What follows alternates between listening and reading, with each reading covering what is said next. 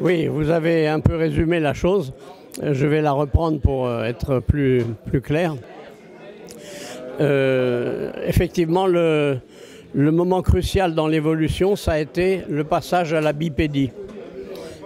Quand pour des raisons d'environnement changées pour des raisons climatiques, la forêt cède la place à de la savane, à du désert et à des montagnes, les hominidés commencent à se lever et Lucie, qui est une de nos ancêtres lointaines, était encore arboricole mais déjà un peu bipède.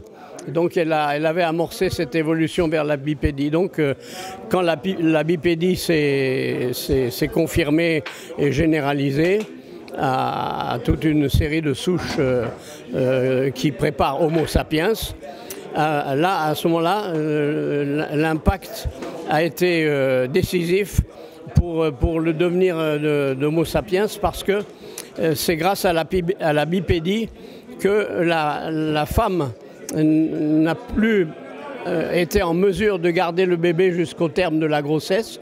Trop difficile quand on est bipède. Voilà, parce que dans la bipédie, le bassin avait basculé, verticalisé, affiné, et la cavité pelvienne n'était plus suffisamment grosse pour garder le bébé jusqu'à son terme. On ne sait pas exactement de combien de mois.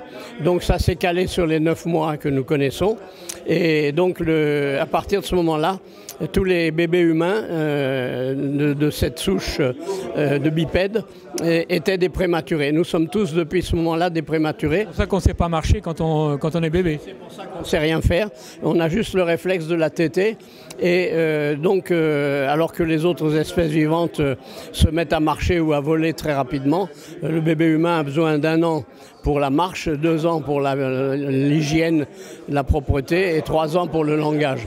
Donc la prématurité fait que le bébé humain a été, de toutes les espèces vivantes, le plus soumis à l'influence d'un environnement. Éducation, l'environnement, c'est-à-dire environnement. La nature, le groupe social. La culture aussi. La culture viendra avec, mais d'abord la nature, les techniques, la vie du groupe social, les croyances, les rites, les mythes. Tout ça, c'est déjà le début de la culture, évidemment. Et donc, du coup, les gènes que le bébé humain apporte quand il arrive au monde ne sont que des potentialités. Alors que chez les autres espèces, c'est déjà plus que des potentialités. Ils arrivent au monde avec des savoir-faire. Mais le bébé humain n'a aucun savoir-faire sauf le réflexe de la tétée.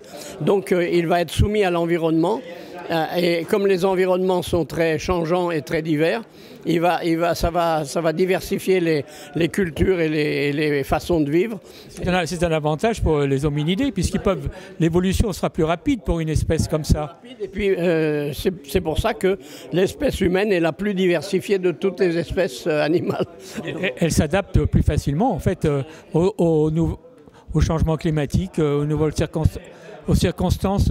Alors, c'est-à-dire que le Homo sapiens a introduit une dimension nouvelle à partir du moment où il avait des compétences inédites, aussi bien au plan cérébral qu'au plan des techniques et des savoir-faire.